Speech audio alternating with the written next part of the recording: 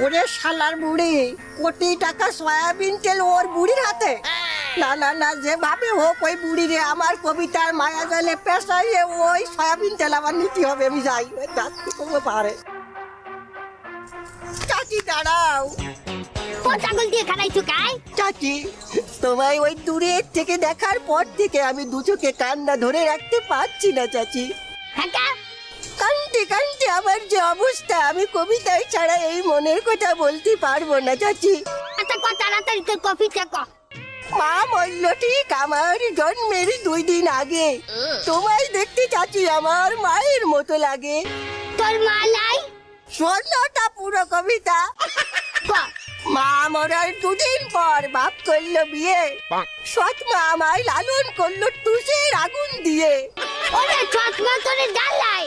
পুরোটা শোনো, তুমি এত কথা কলে কবিতা কব কি করে আমি?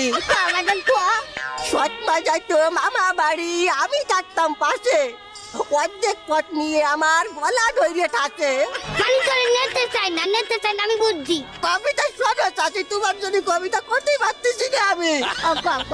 মরার আগে মা আমার খাতি চাইলো পান, আমার বাপ রাইজে যাইয়ে কাইজা নিল প্রাণ।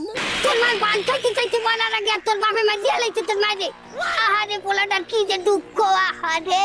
মা মরে যাওয়ার আগে একটা পান খাতি চাইলো, সেই সময় তো খাওয়াতে পারিনি, আমি তো দেখতেই পাইনি। এখন আমার অনেক টাকা, তোমারে যদি একটা পান খাওয়াই তার থেকে তোমার অনেক ক্ষতি হয়ে যাবে চাচি।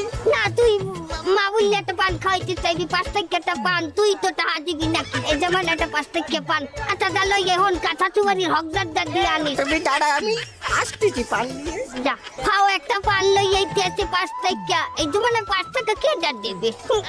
চাচি, পান আনছো হকদারদা, কাঁথা চুমারি। চল।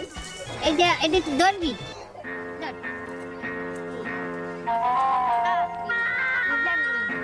দেবার চাল্লা দে।